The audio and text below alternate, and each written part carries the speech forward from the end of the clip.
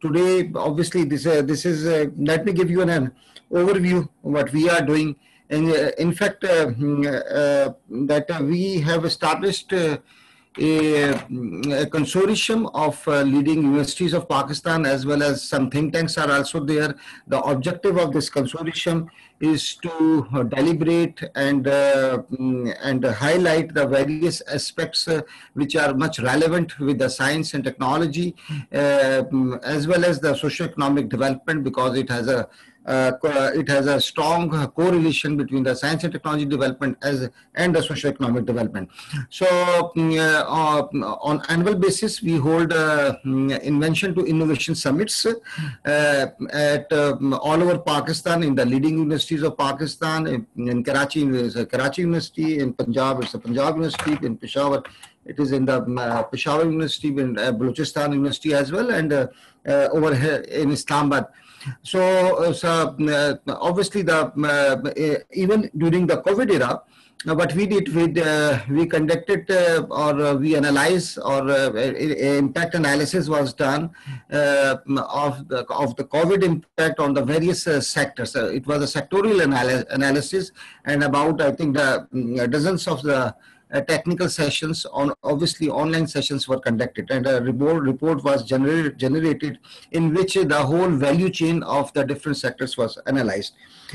Today's session is a very interesting session. Obviously, we will be talking about special economic zones, and when we say about the special economic zones, obviously we talk in terms of the CPEC, because currently what we are focusing the CPEC as well.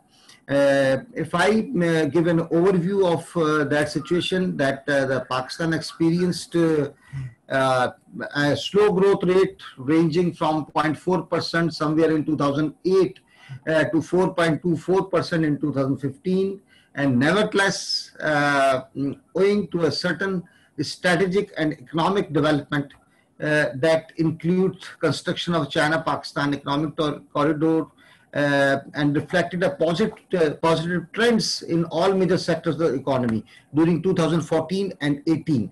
Therefore, the GDP growth rate stood to 5.2% in 2018.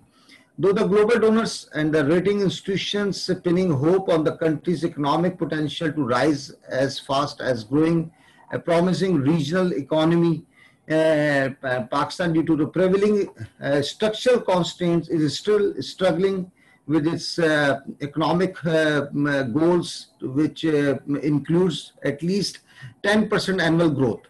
And during the first quarter of the fiscal year of 2018-19, the GDP squeezed. Growth was negative, and the growth was shown as a negative growth. And Pakistan's manufacturing sectors registered an average annual rate of around 7%, despite a slowdown in the recent years. And this marks resilience of the Pakistani industries and the entrepreneurs, which is very crucial for sustained economic growth. And from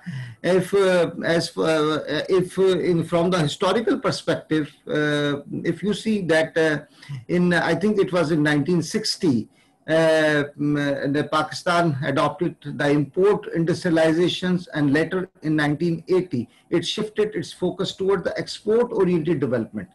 And since the country is between the two aspects of the trade.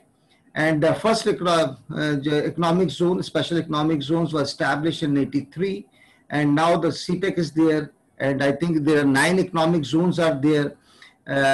One is the Rashakai economic zone, then Dhabeji, Bostan, Allama Iqbal Industrial City, then ICT model industrial zone, Industrial Park Pakistan, Port Qasim, Mirpur, Muhammad Marble City, and Gilgit-Baltistan Special Economic Zones. I believe that although these nine special economic zones have already been earmarked, but there is a lot of work is still to be done. In number of economic zones, even the pre-feasibilities have not been developed. The map, although the mapping has been done to some extent, but it's still the kind of investment which was required for these respective economic zones is not visible. And one of the challenge, in addition to other structural challenges, is that the relevant stakeholders, I think, are not at board, which means the business communities or the business entities who have to invest in those respective economic zones. So second is that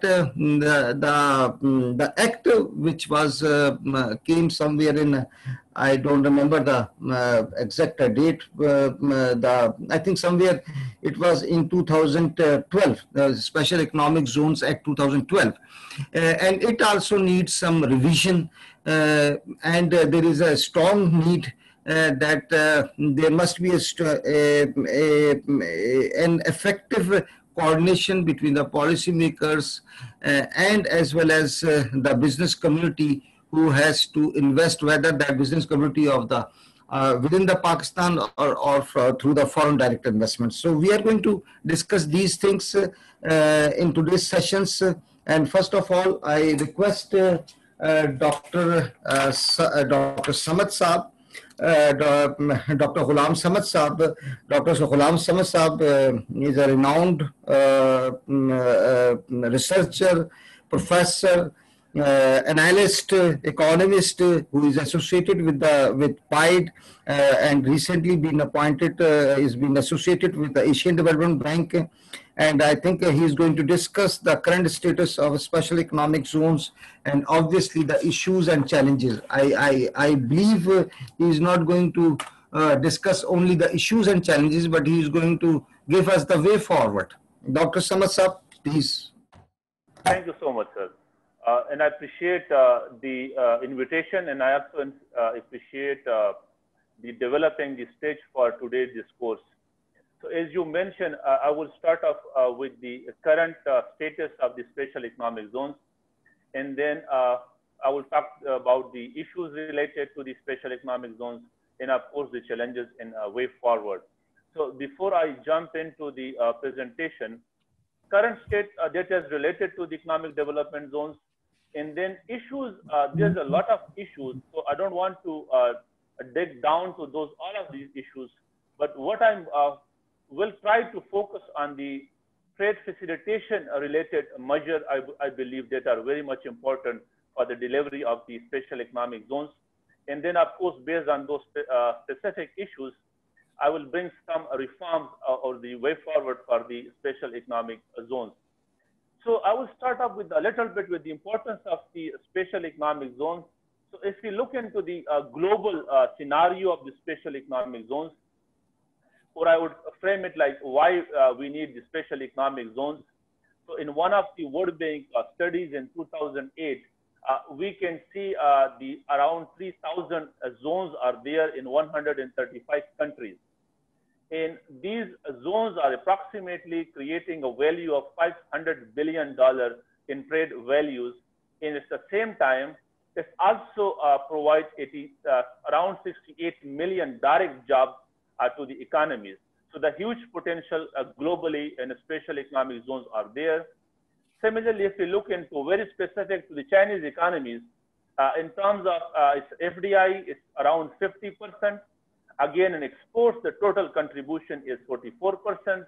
In employment, it's again contribute to 6.3% in the Chinese economies. So as you mentioned in your opening remarks, with this backdrop, Pakistan came up with the Special Economic Zone Act in 2012.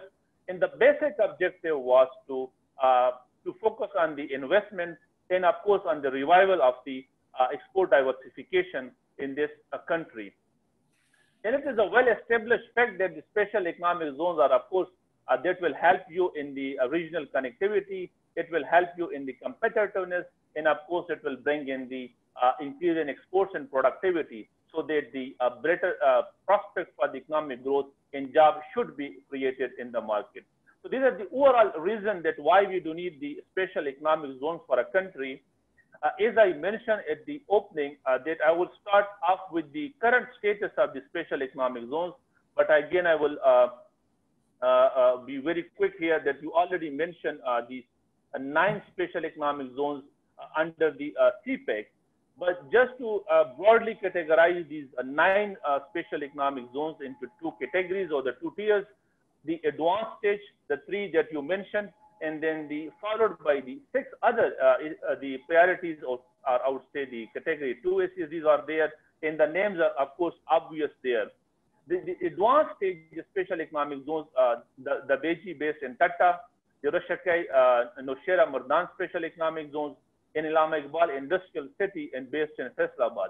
So broadly, I will focus on these 3 advanced special economic zones. But before I proceed to the special economic zones issues in Pakistan, let me very quickly walk you through what type of economic development zones are available in China. Because most of the time we have been relate ourselves to the Chinese economies or the Chinese special economic zones. So very quickly, if there is any lesson that can be derived and that can be related to the special economic zones in Pakistan. So if you look into the 4 columns that what I did here, I broadly categorized originally, like in one of the Chinese document, the special economic zones are I think the categorization is in 14 special economic development zones. But broadly, if you can club all these 14s, I can see it in a 6 broader kind of categories. So just to see you, the left hand side, the zone class is there, followed by the zone, then what are their main or central purposes, and of course followed by the major preferential facilities. So these categorization I can see unfortunately very clearly in Pakistan, that whether do we have the categorization, do we have the very clear explicit, of course the purposes is there, but in most of these 3 advanced SEZs, you will see a direct attraction of the FDI, attraction or the increase in the exports, but is there any implicit differences in these 3 zones or not? So what I meant to say here is the categorization in that you mentioned at your opening remarks, the moment one that is in format FATA, the moment one should need to be different in terms of categorization from these already nine CPEC so-called, the special economic zones. So the categorization needs to be very pragmatic. At the same time, if you look into the preferences or the fiscal kind of incentives in the special economic zones in Pakistan, most of the time, and for most of the 3 documents that I read recently in the advanced one, the tax preferences to the developer and taxation preferences to the entrepreneur, also to the enterprises, is almost similar and same for all these 3 advanced tiers. So these are the Chinese model, very crystal clear, categorized into a sub-region and with their pursuit objective. But unfortunately, in Pakistan, it's still, I can see a lot of, a way forward in terms of delivery. And we do need to learn from the Chinese model as well. So if you can see the Chinese special economic zones model, the failure rate in China, which is a well-established economy, the failure rate is 77% in China. So just compare yourself with the Chinese well-established economy, what would be the failure in Pakistan? So obviously the percentage needs to be very clear. But of course, the importance of the special economic zones need to be understood, and it's crystal clear to us that of course it will be there to deliver on the perceived objective. But the second thing that worried myself is the coordinating agencies, and broadly 21 to 23 coordinating agencies are involved to deal the special economic zones in Pakistan. And these coordinating agencies are started from the federal government to the provincial government and there are some entities that are working parallel in the provincial government as well. So this simultaneous kind of established entities might affect the delivery of the special economic zones. And of course, after the devaluation, industrialization is there, a provincial subject, but parallelly, we also established the special economic zone authorities in the provincial government. So their functional clarity and their deliverance again need to be stressed upon. And the fourth thing that I can relate to the special economic zones in Pakistan, if I can derive from the well-established Chinese model so far, the institutional conversion mechanism that is very much important for the special economic zones towards industrialization is again need to be worked on. So based on these kind of consideration, I personally suggest we should start up with one special economic zone. That might be Rashakai, that might be Faisalabad, Allama Iqbal one, that might be Tatta one. That should be considered as a trial basis or as a pilot special economic zone. And we need to learn from our mistakes, and we also need to learn from the good practices. So once we are established one specific SEZs in a one particular place, that model, that mistakes need to be corrected, and the model can be replicated to the rest of the SEZs. So what I meant to say here is the special economic zone model is a very good model, but at the same time, it's very complicated if we look into the failure rates in China and of course worldwide as well. So these are the 5 fundamental issues that are important while we are discussing the special economic zone. The first one, in terms of the delivery of the special economic zone. So if you need to deliver, these 5 issues needs to be considered. The first one is the regional connectivity. And if we look into the regional connectivity, unfortunately, Pakistan in a CAREC region, which is 5 Central Asian region, Afghanistan, China, Mongolia, Georgia, and Azerbaijan. So the 13 CAREC countries, Pakistan is only above Afghanistan in terms of the regional connectivity. So need to strengthen the regional connectivity before we rely on the special economic zones. Secondly, recently we had a study where we calculated the cost and time clearance of the Pakistan exports to the BCPs. They call them the business crossing points. And again, unfortunately, the cost and time clearance for these BCPs like the Turkham and so on and so forth is highest in the CAREC region. So again, the cost of doing businesses is contributing here. And this kind of consideration eventually will affect the performance of the special economic zone. So regional connectivity needs to be improved. The second one is that, again, you mentioned in your opening, respected chair, the structure of Pakistani exports is unfortunately stagnant. Since inception, the technology component needs to basically, once there's a more technology component that enhance the competitiveness of the export and that give you a market access. Unfortunately, Pakistan is still relying on the low technology component. We did not move ourselves from the low technology towards the medium technology and high technology component so that you can achieve the market competitive level. Secondly, if you look into the export diversification in terms of the countries and in terms of the categories, Pakistan historically is still stagnant or relying mostly on the textile group and followed by the food group. So most of the time, these two kind of groups are there. We clearly need the diversification here.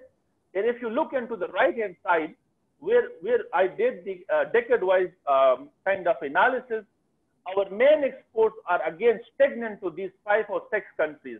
You can start off with the USA, UK, UAE, China, and Afghanistan. And after a decade, it is again stagnant there. So unfortunately, the country is again stagnant. We need to look towards the untapped economies. And I stress again here, the untapped in Central Asia is one of the opportunities for Pakistan that needs to be tapped. And of course, the African economies are there. And some of the other economies where the revealed preferences for Pakistan economies is thus available that need to be tailored. So this is my second point. The structure of the exports need to be changed if you want to focus or you want to deliver in terms of the trade and of course on the special economic zones. The third issue that is directly related to the special economic zone is the industrial sector allocation. And if I can give you the example from the Russia case, broadly, the 5 industries are categorized there that are garment and textile, that are home building material, that is the general merchandise, electronics and electrical appliances, and finally automobile and mechanical equipment. So these 5 categories are there. But unfortunately, I did not see the economic underpinning, like why we have selected these 5 industries. What I meant to say here is, we need to be very pragmatic while we are selecting the respective industries there, so that by the end of the day, if you establish this kind of a diversified industries, then the specialization will not be achieved, unfortunately. And if you are not achieving the specialization in a specific special economic zone, then the integration to the global value chain and to the regional value chain will remain very limited. So the second thing that I need to highlight here is the industrial sector allocation needs to be very pragmatic, needs to be very practical. Haphazardly, the selection of the industries might not help us in the pursuit the SEZ's objective. The fourth issue is one size fits all policy, and again, for all these 3 well-established special economic zones, so far I walk myself through. Most of their incentives are similar. But what I would suggest, if you need to develop the moment special economic zone, their incentive structure should be different from the Rashakai and from the Faisalabad one. Otherwise, if you go with the same incentive structure, that cannot be developed. So for those SEZs where you require a special attention that needs to be considered, in the Faisalabad one, they have their natural endowment is there, their natural kind of facilities are there. So we should not compare the Faisalabad special economic zone with the rest of the other special economic zones. The fifth one is what I call them the promote backward linkages. So one of the biggest issue currently, if you talk to the business guys or the people at the chamber conferences, the well-established industries in Pakistan, they are worried about the special economic zones. And they are worried in terms of like, hey, what is going to be the status or the situation with us? What I suggest is, parallelly, if you are going to establish the special economic zone, you need to establish, the backward linkages with already established industries in Pakistan. So the already established industries should not suffer. So these are the 5 biggest kind of issues that are related to the special economic zone. So based on these 5 special issues, and this is my last slide, I will stop after this. The challenges and the way forward. The first thing that I re-emphasize here again is how we can improve the regional connectivity. Unless and until our regional connectivity is not improved, I don't see like a very clear picture of the special economic zones that can deliver on their pursued objective. So the CPEC that sir, you mentioned at the beginning is an opportunity for us. Now the question is that how we can approach and how we can avail the CPEC, or how we can utilize the CPEC opportunity to connect ourselves to the regional global value chain or the regional value chain. In the Central Asia, currently we do have 6 corridors there. So through CPEC, we can connect ourselves to the 6 corridors in the Central Asia that will connect us to the Caucasian economies, that will connect us to the Central economies, Asian economies, and eventually, of course, to the Russian and the Europe economies.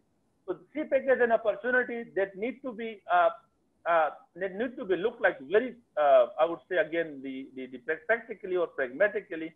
Otherwise, the regional connectivity kind of things will be missing from us. Second thing, sir, my way forward is I rarely see a very practical coordination among these 21 or 22 agencies. In most of the time, the land issues are there, and you can name it. The issues are there, and then some way or another way, the government intervene to resolve the related issues. So a coordinated approach needs to be further strengthened in order to deliver on these objectives.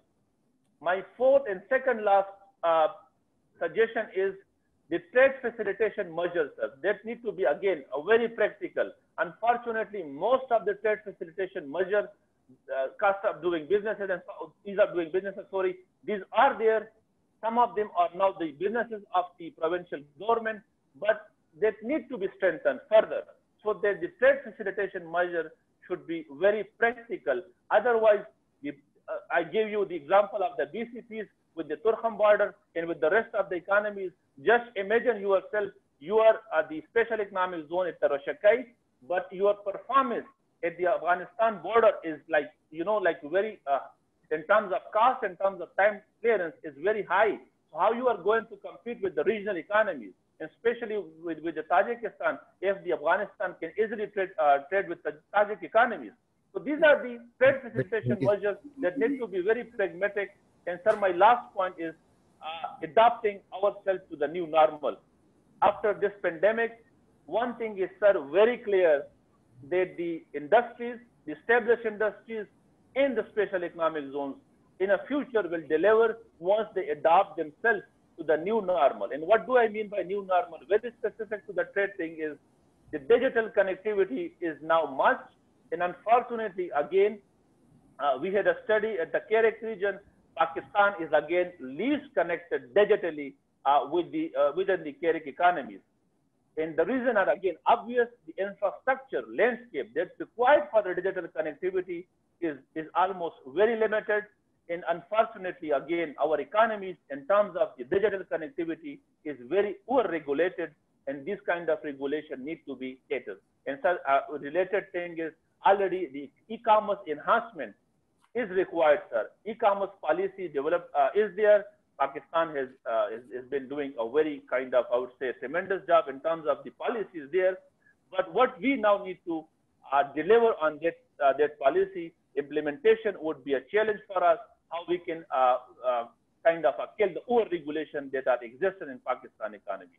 So, sir, I stop here with these 4 way forward. Thank you, and looking forward for questions if there's any questions.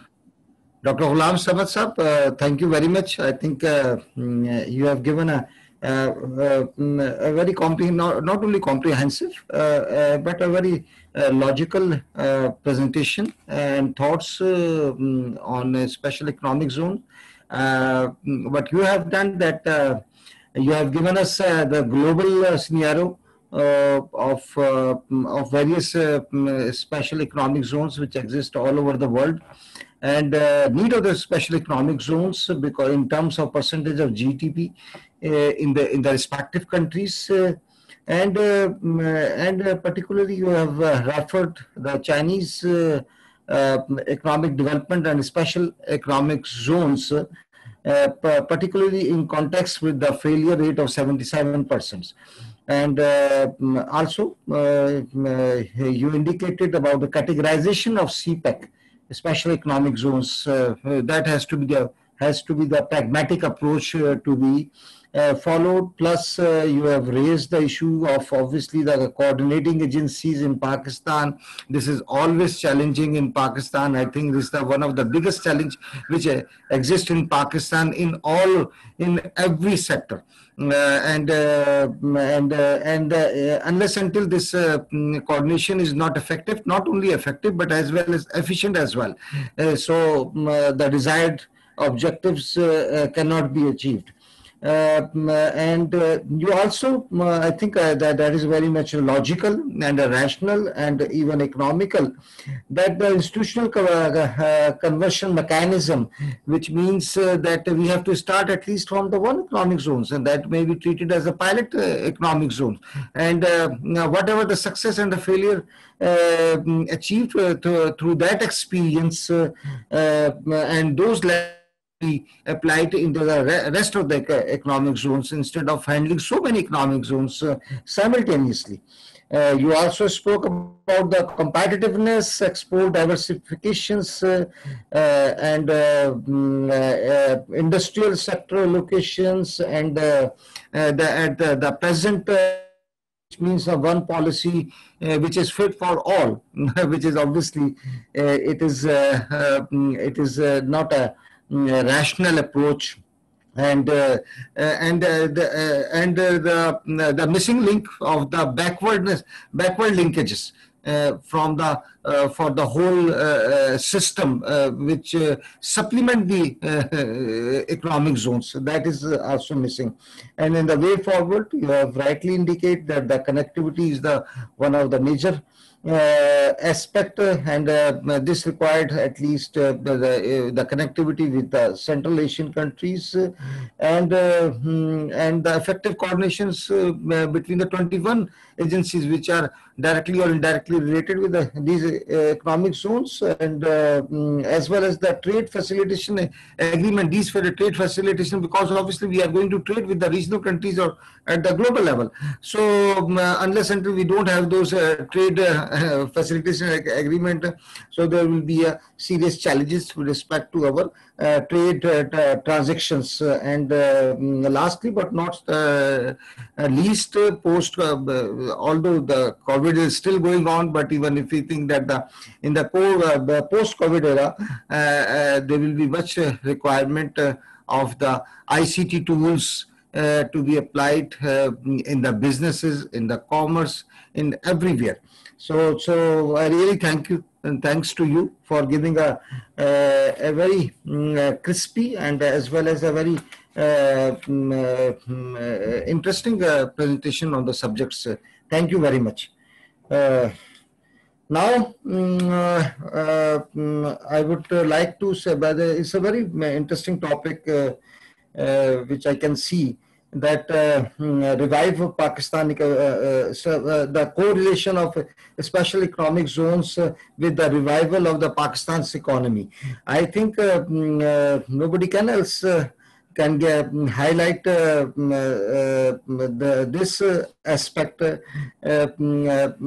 Ms. Seema Khan, who is associated with the Pakistan Institute of Trade and Development, obviously an organization working under the Ministry of Commerce and under rule of the business. The trade comes under the commerce. Obviously, we are always has got a lot of stress with respect to our exports, and more since the trade deficit is there, how this trade deficit can be converted into the trade surplus, so we must have a more potential.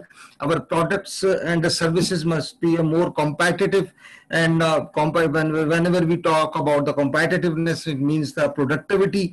And at least one good news is this, that I think Board of Investment has or the World Bank in the ease of doing business has uplifted the rank of Pakistan from 136 to 108 countries.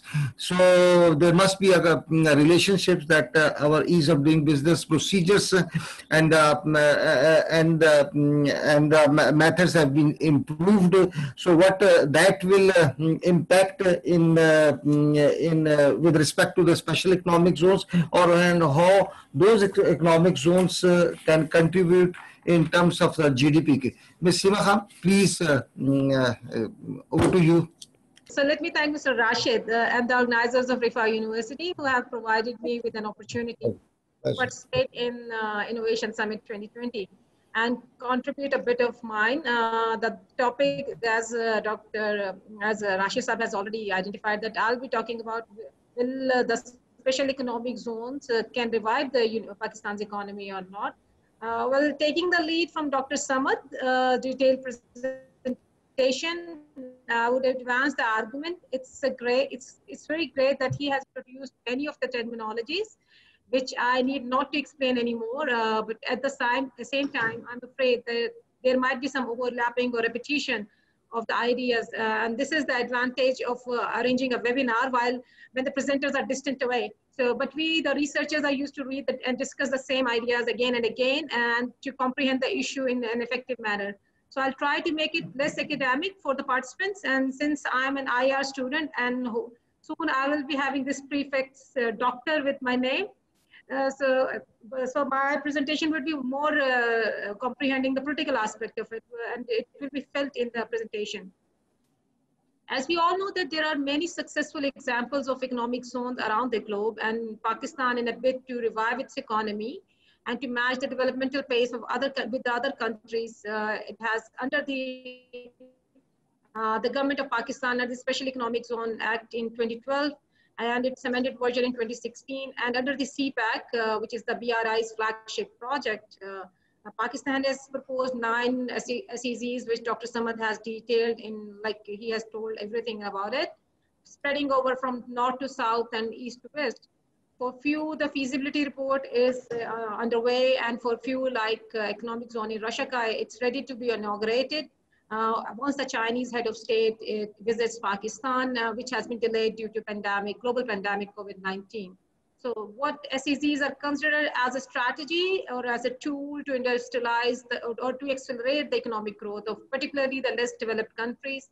According to the Economist report in 2015, 4,300 special economic zones or industrial states have been established around the globe, and they have played a very significant role, especially when we talk about East Asian countries. But when we talk about China, we can see the ginormous change there and the remarkable growth of economy. And then we all are witnessing that China is quickly and swiftly surpassing US, I can't say the hegemony, but US supremacy in the global economic affairs.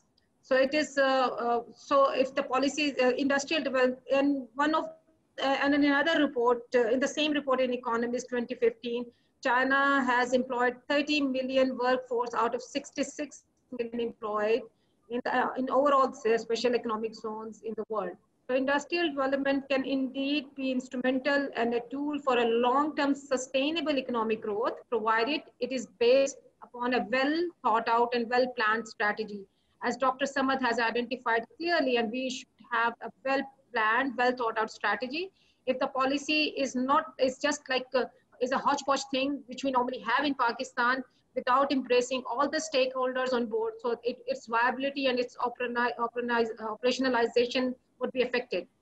It is said that with the start of special economic zone in Pakistan, new industries will be established, and which will increase the employability rate, and it will increase the production capacity. But these increase would vary from mining to manufacturing and food processing. But as of now, you know, all of them, like sitting Ministry of Commerce, I know, mostly we're talking about the raw materials which we are exporting. We do not have like what you can say value-added products offered to the market, to the international world, except for few millions of what you can say in our software technology.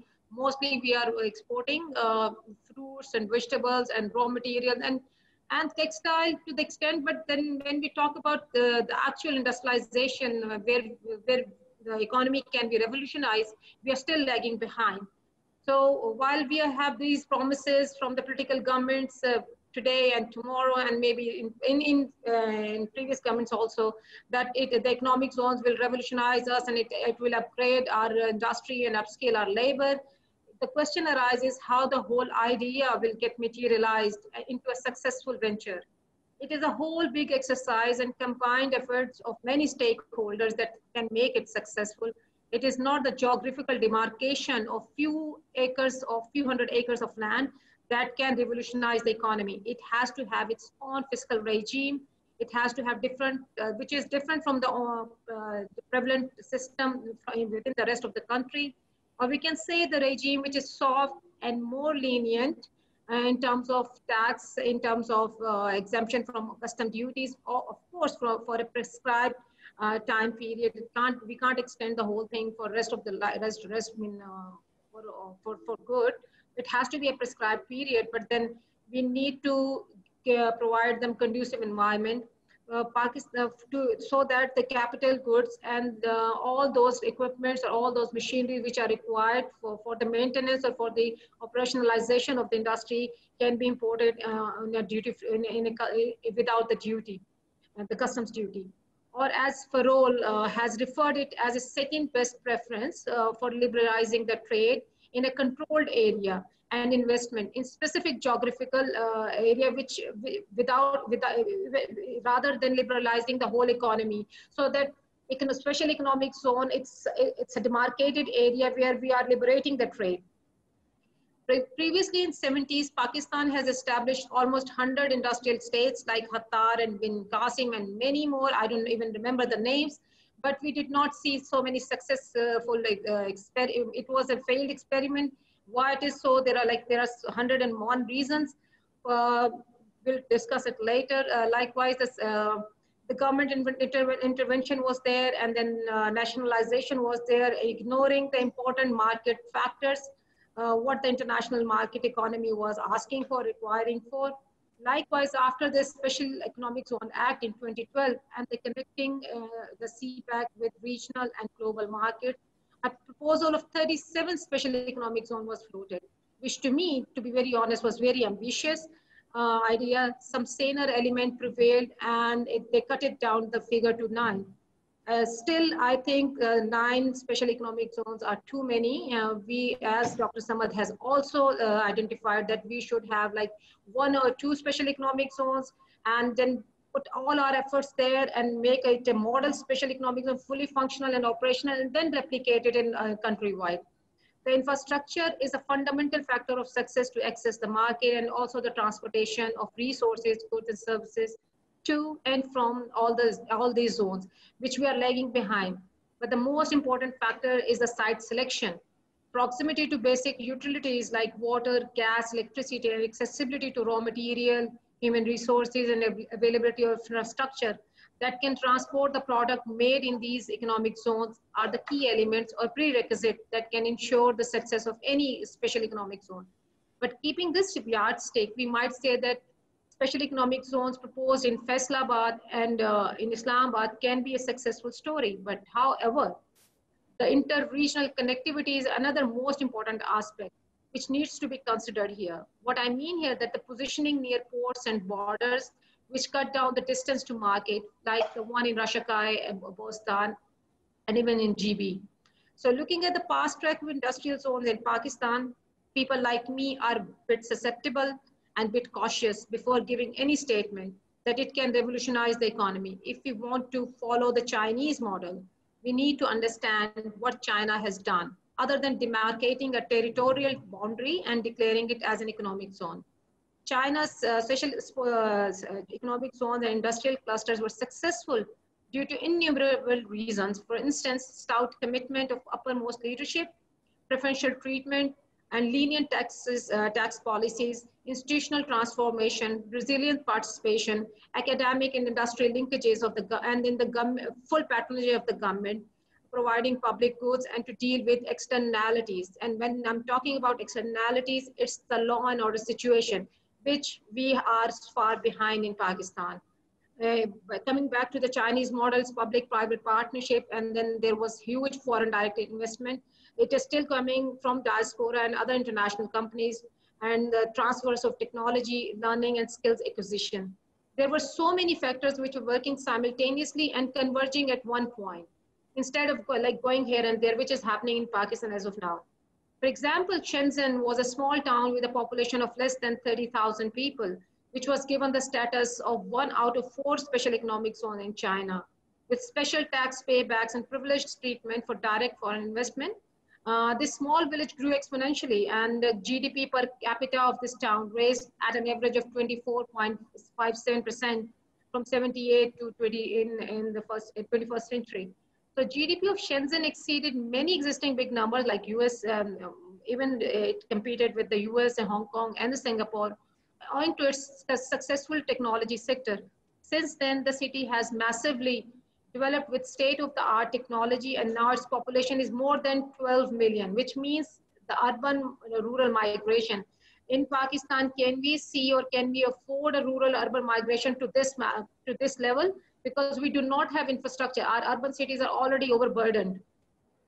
So there are so many other successful models like in Mauritius, in UAE, in Singapore, and which started providing a trade route, which turned out to be the best example of economic corridors, economic zones to replicate. These countries have used economic zone as an instrument for export diversification and to attract foreign direct investment inflows to modernize their economies. Here, the economic zone did not only attract FDIs in industry, but also in other sectors of economy like tourism, agriculture, housing, and it has done splendidly in China, Singapore, Mauritius, UAE, and etc. Pakistan has to have a clear roadmap to make these 9 SEZs a success story instead of dumping the land into industrial state as had happened in the past. Most of us have been to Hattar industrial unit and been Qasim industrial unit, and we see nothing but like few ruins there. So the policymakers should focus on the latent comparative advantage which we have in the form of human resources and raw material. My basic contention is that by allocating a space does not guarantee the success, but the optimum use of given opportunities and resources. How do we synchronize all the given factors of production? Or as Lynn has identified, that it is under new structural economies that the endowment structure.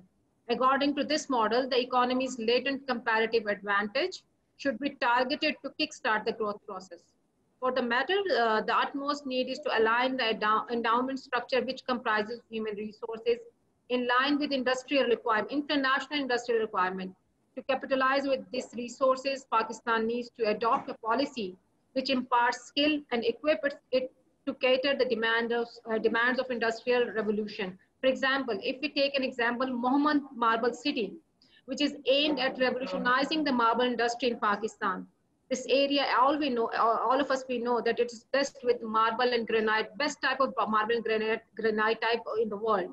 Still, it is among the poorest even in Pakistan. Just by digging out the stone does not help, rather digging out stone from the mines by unskilled labor and lack of entrepreneurship and complete ignorance of international labor standards create situation like has happened in few days ago when the laborers were buried under the rock. So to make it successful, we need a multi-pronged strategy which requires state ownership, political will, institutional support, entrepreneurship, and entrepreneur skills, plus, and most importantly, the skillful labor. It is vital to link up all SEZs and to integrate in a main supply chain to attain inclusive growth.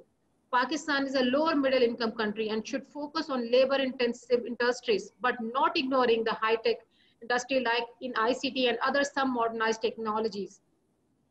We have to revamp the textile, leather, food processing, marble, and pharmaceutical industries and bring them at par with international standards, competing the finesse of the, as have been offered by other countries, not only to compete, but also to introduce the native product imbued in latest state-of-the-art technology. It's a game for the survival for the fittest, and only those can survive who are well prepared for the competition. We have to equip our labor force with required skills. Special arrangements should be made by developing academia and industrial linkages, as this summit is doing right now. By setting up a plant will not produce the goods. We need technicians, mechanics, machine operators who can rotate the economic engine and boost the economy. It is essential to design a model keeping the latent comparative advantage aligned with the modern techniques and fully equip them, also by strengthening the forward and backward linkages in the industry. The government needs to establish new vocational centers near the SEZs so that a proactive approach can be adopted and keep the manpower ready before the industrial unit is installed. The reasons for failure of previous units was nationalization of the units. The SEZs does need state ownership, but in terms of conceptualizing the whole idea and providing the conducive environment and giving incentives, but not interference, no interference in its operation. Let it run on market-based economic model. Let the entrepreneurs put in their ideas. Yes, the role of the government should be steering the direction. That's it. We cannot ignore the security situation. The role of the government in this aspect is pivotal. And it is the government who has to ensure the safety and the security of the area and the people.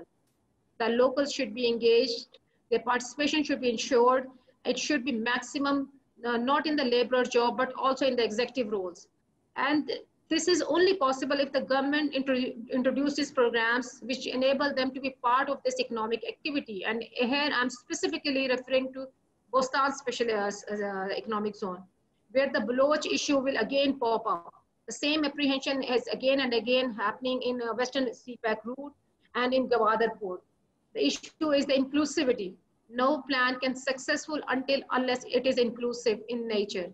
We can build the roads, but it should only be bump free. Shouldn't be only bump free, but the highway police, which is the government here, has to streamline the traffic and also be watchful what kind of vehicles are on the road. We cannot allow the tanks to run on the roads because it will break the road. The vehicles have to be fuel efficient and eco-friendly. Likewise, the industry installed in special economic zones should be labor intensive, eco-friendly, aligned with the local raw material, and obviously engaging all stakeholders under the state patronage. In the end, I would again emphasize on the inclusivity of all stakeholders, and only then Pakistan can operationalize the economic zone in a successful manner. Thank you, Dr. Rashid. Thank you so much. Thank you so nice, Seema Khan Sahiba. You have correlated special economic zones with the economy and why those economic zones are critical with respect to the revival of the economy. And what you have indicated and highlighted, you spoke about the status of the special economic zones. You also talked about the raw materials and the value-added products. Plus, you have rightly said that there is a need of effective role of the stakeholders, because if the stakeholders have their response is lukewarm, so you can't have a success models for the special economic zones. Plus, the other aspects like fiscal regimes, obviously that has to be done through the structural reforms, and usually, and both of the speakers, I think they are absolutely right that while speaking about or earmarking about that 9 special economic zones, we have to be rational. We must not be so much ambitious. So that the implementations of the establishment of the special economic zones will remain a gray area. Then you spoke about the infrastructures, logistics services, which are obviously very much critical, as well as the site selections. I remember once I was in somewhere in Thailand or China. They were doing a gemstone mining over there, and we went to one of the gemstone mine. And over there, what I saw, it was very interesting. The value addition which is to be done on the gemstone, the factories were exactly on the doorstep of those mining. So everything, the raw material is coming out. So the value addition is being done immediately at the doorstep of the mining, so you can be competitive in terms of the price and other aspects. Then you have also indicated the concept of public-private partnership. Obviously, this is another very important area which has to be addressed. Then the transfer of the technology conversion and the rural-urban population migration, which we are facing, as well as you have also indicated about the export diversification in not only export diversifications but utilizing those as special economic zones for the other sector of the economy like tourism, etc. And that policy industrialization revolutions, and this policy must not be a typical policy which usually we make in the corridors of the secretariat, which has never been implemented on the grounds, because so that the policy has to be a policy in terms of the industrial revolution, not in terms of lip service policy, just to show intentions without giving any specific policy implementation mechanism. And you also indicated about the Mohammedan Sea economic zone with respect to the marble and granite, exactly what is happening in Pakistan Pakistan, that most of the marble granite, the purchaser of that marble granite is right now the major purchaser is China, and that marble granite is just going at the cost of the stone. No value is being added in that marble granite.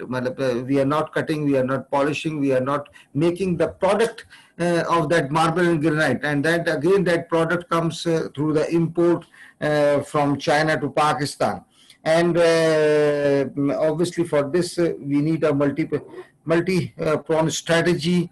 And one more important point you have raised about the compliance of these international standards, because if the international standards are not being compliance for any of the sector, halal meat, any kind of a thing in which there is a lot of potential is there. So there will be a challenge with respect to the exports proceeds. And this can only be done, and which you have said that through a participatory approach instead of working in isolations. Thank you very much